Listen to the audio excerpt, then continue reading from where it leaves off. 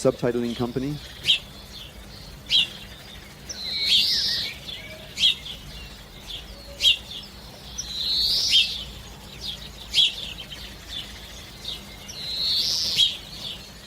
This Fertile Carbon initiative, it seems quite appropriate to me because there was a little gap in what connects us, and carbon particularly connects us, I believe, and it's the new paradigm. The carbon paradigm instead, we are moving from the nitrogen paradigm to the carbon paradigm. And when we start to understand that giving carbon to life and to the alchemy of nitrogen, we realize that in fact we had missed the point with nitrogen.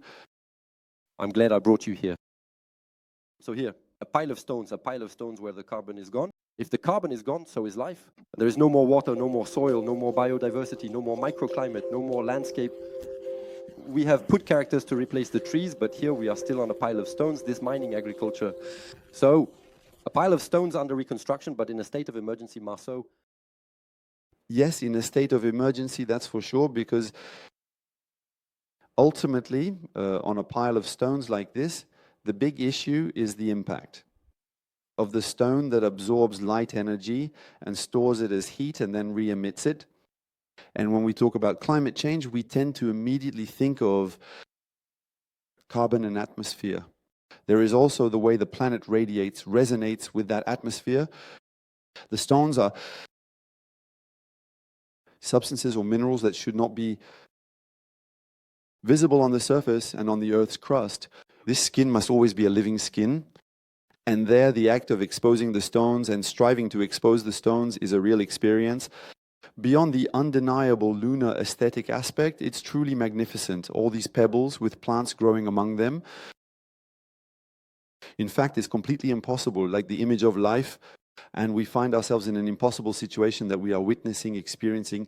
And this impossible situation, we will have to try to digest it, to ensure that we move to another type of agriculture if we want to limit the impact of this climate change. A form of monoculture that we have eradicated here, because here in Alsace we have covered soils. Some say that covered soils are prosperous soils. And then we are starting to see fruit trees arriving. According to this winemaker, it's his most peaceful plot. What could that mean? Paradoxically, that's what Bruno Serving was saying earlier, is that the tree also tends to slow down the cycle a bit. And so slowing down the cycle can be something favorable for soil fertility. Slowing down the cycle is also going through the entire fertility system. And so slowing down the cycle means first going through carbon before transforming this carbon into nitrogen. And so that's what this tree in the middle of the plot teaches us. The fact of completely changing this way of viewing agriculture.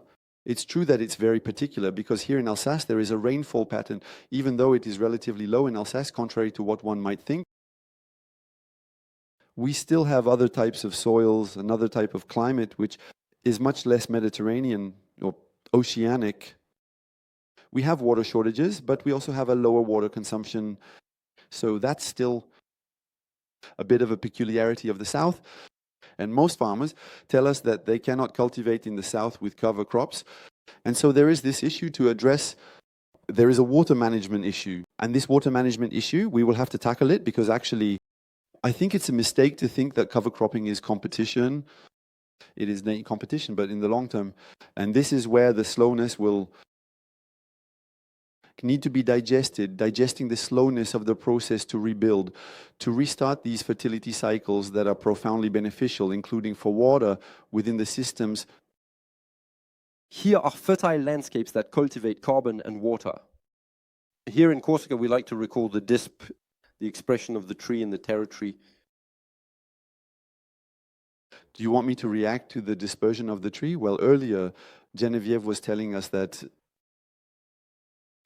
these landscapes were very tree-covered and that we might have imagined that it is precisely by removing trees that we will reinstall agricultural systems that create heterogeneity in the landscapes.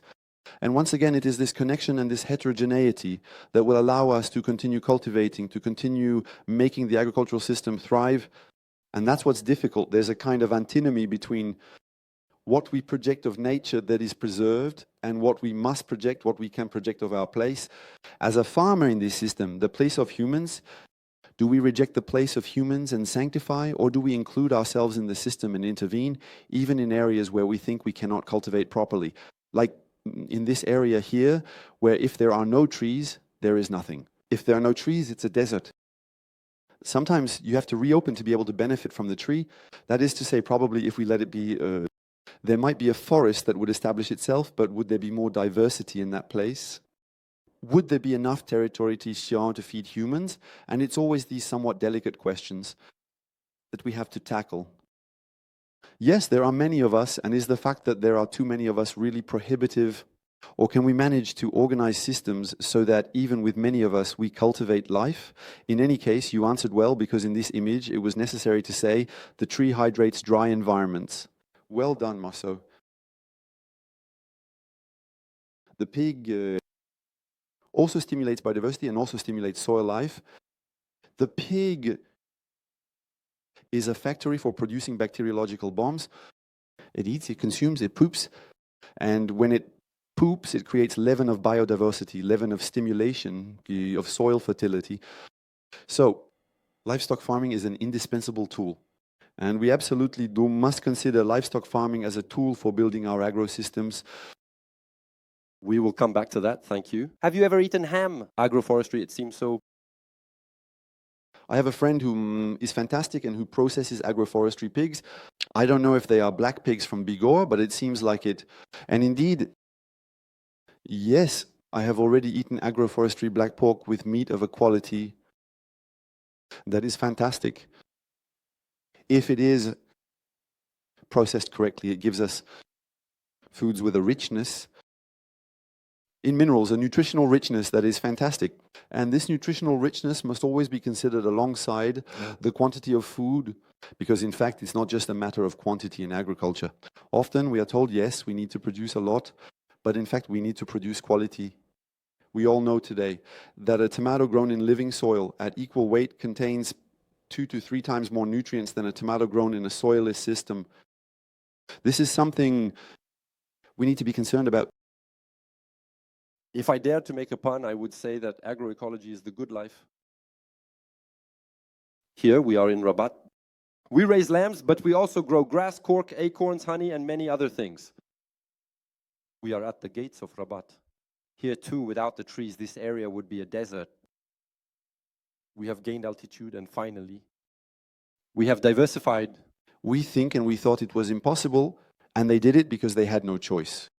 And this is what we learn from looking at other agricultural systems, other cultures, other perspectives on life, other attitudes towards life, and also other attitudes towards death. And it is this collection of perspectives and attitudes that we need to evolve. We might no longer confuse productivism with productivity. Because here, in terms of productivity, it's just exceptional.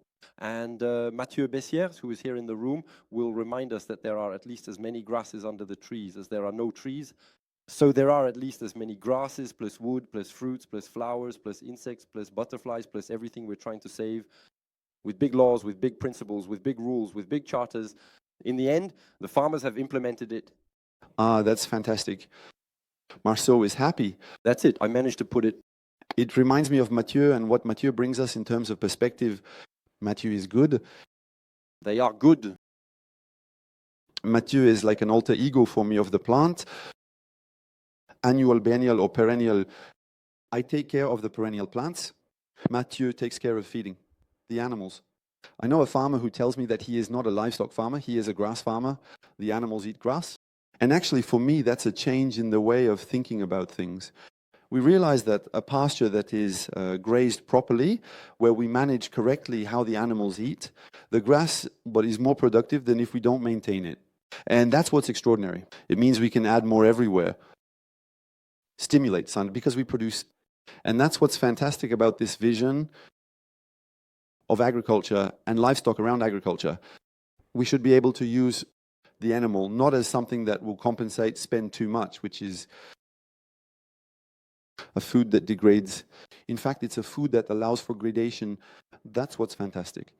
So, of course, we need to separate the types of livestock farming to produce large quantities of organic matter that we will cut, export to feed battery animals there, it's certain that we would do better to stop eating battery farmed foods.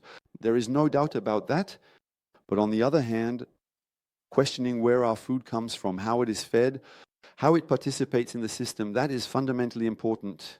I believe we need to bring this topic back to the heart of the debate, which is often somewhat trivialized with these ideas. Whether or not we should eat meat as humans, whether it pollutes or not, we need to bring this back to the heart of the debate. And of course, we need to eat meat. It is absolutely necessary to raise animals. We are built for that, but we must do it with an awareness of the impact of these animals on our system, with indicators of results. For example, here is just a modest pear tree. Pruned, designed so that the right amount of light falls on the vegetables just below. Yum, yum. Yes, often we think that ruminants, animals, only eat grass. And that's a real mistake we make.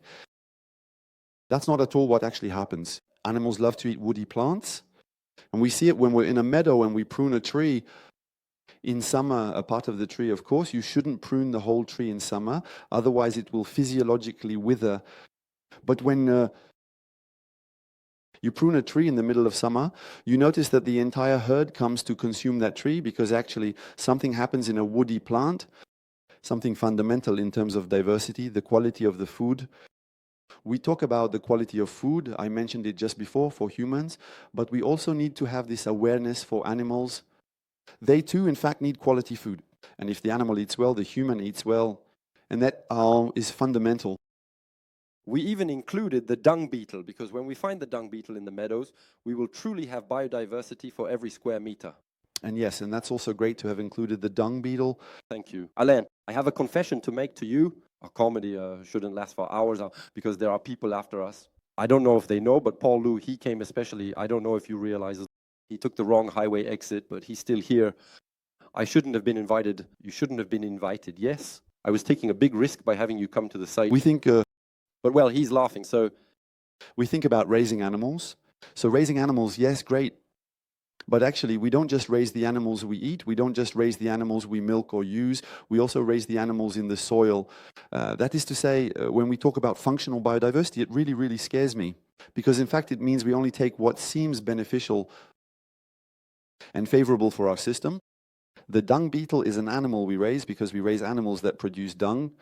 So yes, when we raise cows, we raise dung beetles. I need to be careful because I borrowed several photos from Geneviève. But since she wasn't quite in the room yet, she was still at the cafe. But here's one that moves me a lot because it says everything. It says everything about the tree that does everything with nothing except a bit of CO2 in the atmosphere under incredible conditions. And these pollarded trees that feed the herds, that allowed farmers to settle, to live well from their work. They are a model. And if we are here today, it's not entirely by chance. If we are in Aelne, it's not entirely by chance because the climate shocks are of incredible violence. The frequency of water is still there, but sometimes it falls at 100 millimeters in half an hour. More than 95% of agricultural soils are losing organic matter, losing carbon and therefore water, etc. And that, from my point of view, is very, very inspiring because, once again, we never know if it's common sense or peasant genius, but maybe Geneviève will tell us it's both. This domestic forest that is so dear to him, Marceau. You spoke very well about this image. So for me, the only thing I have to say is that this pruner doesn't have his personal protective equipment. He's missing an arm and ropes. But with a bit of luck, he has a cross at the foot of the tree anyway to quench your thirst. And him. We find him deep in the Pyrenees. He manages the Minitron, he manages the living, vegetative, welded, elaborate fence. With his Minitron, he makes pasture, he makes fodder, he makes bedding, he makes a climate protection, and fencing and firewood. And him, you find him like that at the edge of the fields, and he does everything. He performs 5 functions just with an ash tree pruned every 2 years. Moreover, there's something fantastic. It's that pleaching is super creative. When you start pleaching, it becomes something where you suddenly feel invested with a creative, fantastic power, and you don't give up on it. Once you started, it's what you prefer to do, because what remains are constructions as solid as cathedrals. And we've just given a few axe strokes that we've bent. And there it gives a feeling of satisfaction that is mind-blowing. The art is the way to produce biodiversity. We change location, we change scale, but it's always the same thing. Give carbon to your soil to be self-sufficient. That's where I borrowed it from you, Jean-Bier. You see, I went deep into the archives. That's still brilliant, this new way of seeing things. And I believe that here, the dynamic of market gardening on living soil, we talked about exchange. No, the dynamic of market gardening on living soil or permaculture has given us a perspective that is truly fantastic on the fact that carbon nourishes the soil. This comes to us from this perspective on permaculture, which gradually led us to develop these lasagna garden tests, adding material, and we realized that it worked on all types of soil.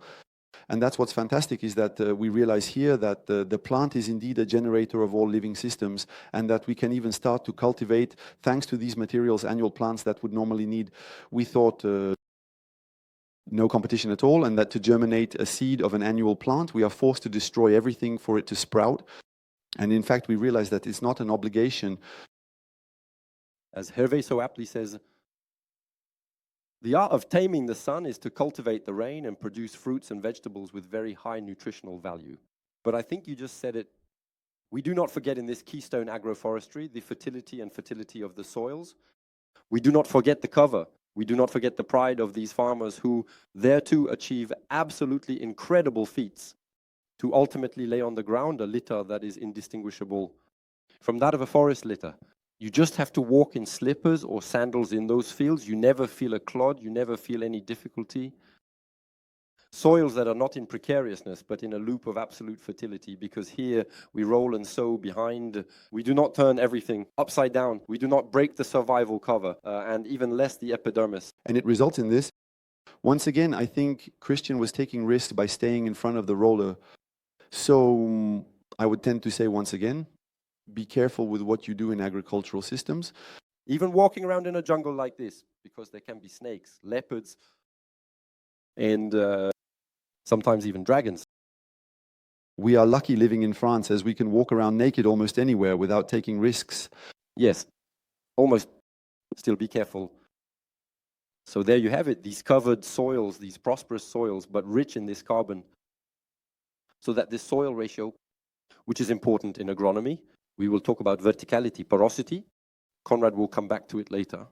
But this permanent and perpetual ratio, which plays out on every square meter, is very important to us.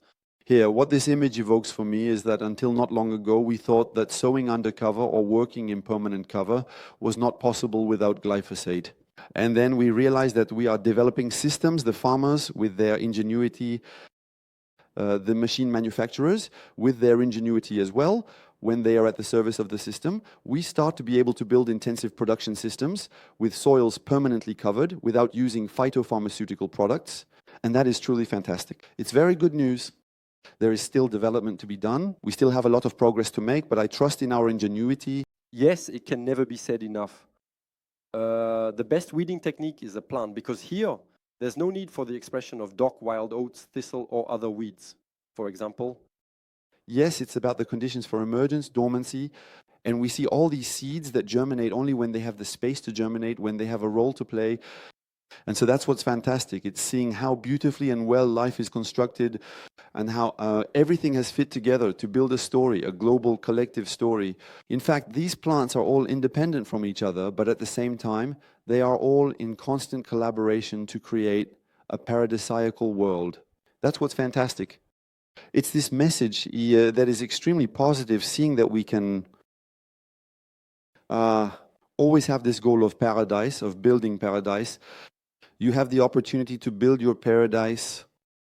Let's be ambassadors of this agroecology. Let's be architects. Let's be agronomists. Let's be biologists. Let's be biodynamicists. But let's also be botanists and have a deep understanding of these plants, of this plant palette.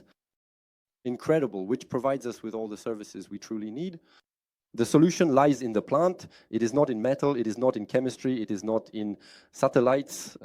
These are tools for decision making, but the solution is fundamentally plant-based.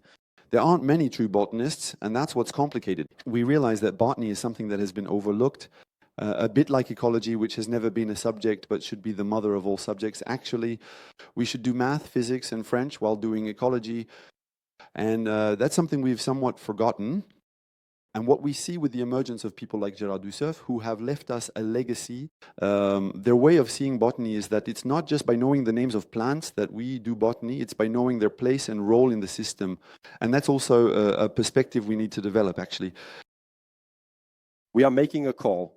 Since you are here in the room, you are on the Ver de Terre YouTube channel, a production that everyone knows now. We are making a call. We are looking for botanists. We are looking for botanists.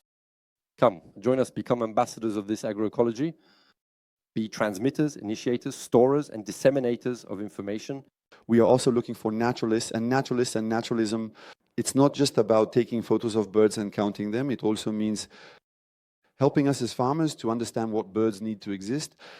So raising insects to feed the birds is something fundamental. And so you need to be an entomologist to be an ornithologist. And you need to be a botanist to be an entomologist. And you see, it's the entirety of the system again. If we connect things together, that's where we develop perspective, skills, and tools. And the connection starts here. The connection starts here. This carbon, it's here, it's alive. It's fertile, it's useful, it's in symbiosis, and it allows us to seek what is missing. It allows us to propel the excesses, to connect, to circulate, to bring life and give life. It's a great kingdom, the animal, the plant, and the fungal kingdom that we must not forget. But we obviously put it back into perspective all the time. Never alone, as Marc-André Selos would say. Never alone, never alone. In fact, here we have two figures around us who encourage us, who validate us, our perspective, that they clarify for us. We have Marc-André Selos and Hervé Coves, who are fantastic people in their way of understanding microbiology. I can also thank the work of Claude and Lydia Bourguignon, who set us on the path, and that's fantastic. We are on the right path thanks to them. They have, greatly evolved the mindset on how to conceive agroecology. They have been good triggers. Suddenly a field opens up. I take it, the ingredients are there, and I translate it. Quickly, you saw the elements constituting these tree frameworks. The projects, I like to showcase this project among others because it was done by the winemaker, whom you know well. It was done by the winemaker following technical days and training sessions. He is a winemaker who had a fantastic opportunity, which is that he hired someone who is a naturalist, one of the top 3 naturalists in France, and who has a truly comprehensive vision of the system. And we experienced fantastic moments where he explained to us how the vineyard of this winemaker, of these winemakers, who are Marceau and Florian Cotet, in Savoy, transformed gradually as they changed their way of cultivating their system. And that's really amazing. It's the arrival of wildlife. He told us about the process of wildlife arriving in the system. Absolutely. Here are some others. Diagrams for everyone to interpret and be inspired by. And this is the work we're currently doing with the famous Mathieu, whom we've already mentioned a lot, who, even if he's at the back of the room, still remains a top student. And then, here we go, we take a little tour in Corrèze, a little nod to Hervé, whom you just mentioned. Yes, yes, yes, yes, yes, yes. And then you too, to see here a farmer who is ultimately self-taught and says every year, I plant 500 trees. I plant 500 trees. And by planting 500 trees a year, it results in this.